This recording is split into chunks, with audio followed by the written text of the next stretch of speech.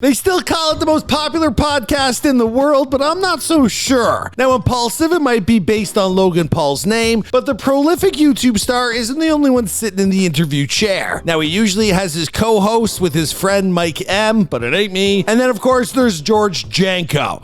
Damn, that is a very rich thing to say, I feel like, honestly. And you gotta love George. I would say he's probably the heart and soul of the show, to be honest, you know? Not a lot of heart left in the other two, so that's what you get. Anyway, George used to be the third man. Now, in a surprising turn of events, George Janko, well, he recently revealed that he's chosen to distance himself from what he describes as a toxic workplace environment. And he ain't holding back, and he's clearly talking about the Impaulsive podcast, in which his friends not only dissed his religious beliefs, but they treated him like little more than an afterthought as well. The guy couldn't get a word in. Now, before we skip to the intro, I just decided I would pull up this clip from Star Wars because I saw this recently and I was like, you know what? That's kind of how I feel about Logan Paul. So let's just roll the clip. I think it speaks for itself. You were the chosen one. It was said that you would destroy this sin, not join them. Bring balance to the Force. Not leave it in darkness. Now, the first sign that there was trouble in paradise was when both Logan and George, well, they got into a spat discussing Janko's Christian faith, something that Logan, well, he brazenly referred to as fucking silly. Because I'll be honest with you, bro, Jesus Christ fucks. Genuinely, I know people that hate me, that treat me better about my faith than you, and you're my best friend. Now, in the aftermath of that comment, well, Logan would apologize, but George, he still decided to strike out, and then he created his own podcast while insinuating that he wouldn't be leaving Impaulsive. Well, somewhere along the line, well, those plans changed. George, well, he not only stepped away from the popular series, he threatened to spill the tea when it came to the reason why as well. Now, outside of unfollowing one another on social media, well, Logan and George, well, they've since taken shots at one another in some subtle and not so subtle ways. For instance, well, Logan, he couldn't help but take a dig at George's own show during a recent episode of Impaulsive. And whatever he said, well, it was bad enough that his own producers, they decided to mute it. Have a show like Wow, the dark side is strong in this one. Now, it's impossible to know with complete certainty if Logan was referencing George there, and when Mike later made a joke about the empty third chair sitting next to them, well, that was an even more obvious choice. Now, once those clips went live, well, fans of George make sure to send them his way through social media, where he has since responded, and even though he previously promised to reveal everything, so George is keeping mum, but he did tell his fans that while he'd love to come clean with the truth, he's not allowed to speak on things that happened in that toxic environment. Down in the comments, well, fans are speculating that George, he must have been hit with an NDA by his former associates. I think that's a no-brainer, but others are simply happy for George that he managed to extradite himself from his friends that were clearly being disrespectful to him. Now, it isn't easy being the third man on the world's most popular podcast, but yeah, you know, and these guys got other businesses going on, and George is just waiting for the call to get back to work. It's great that he started his own show, although he did blow me off to have me on as a guest. I'm not upset. It's been happening to me for years. That's why I stay in Canada. As for the truth in regards to the split between Logan and George, well, you just gotta believe that there's more to this story than meets the eye. The Transformer reference, we couldn't come up with a Star Wars one. Now, either that or George, well, he simply got tired of feeling like the often forgotten about third wheel and having his faith belittled at every conceivable opportunity. Now, he was the comedian, and I know they bring in a lot of comedic guests. What I thought, though, George offered some diversity. I mean, you got two bozos who were saying the same shit, they got the same ego, and then we had George, who was sweet and nice and like hopeful. He gave you hope that people can make it and join this crew,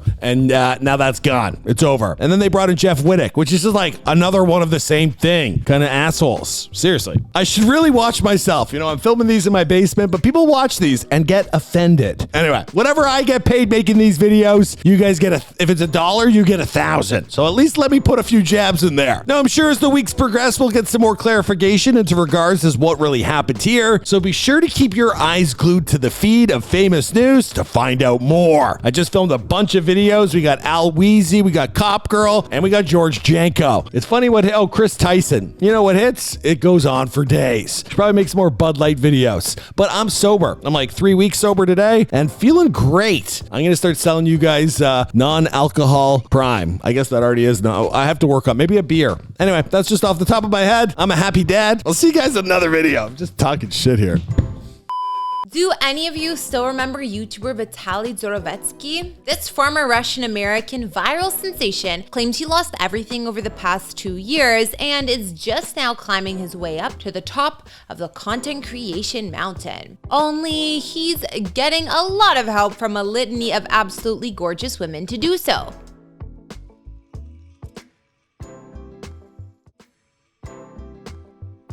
After getting arrested back in 2020 for some very serious accusations and then suffering a life-threatening injury, Vitaly has gotten himself back into the best shape of his life and is ready to strut his stuff in front of the camera for thousands of paying customers. Has this controversial content creator finally found his niche? Find out now on our latest edition of Famous News. The man most commonly referred to as Vitaly rose to fame on YouTube in 2012 thanks to a series of horrifying prank videos in which he dressed up in monstrous costumes to terrify random civilians. Like that time he appeared as a zombie and traveled to some of the poorest neighborhoods in Miami.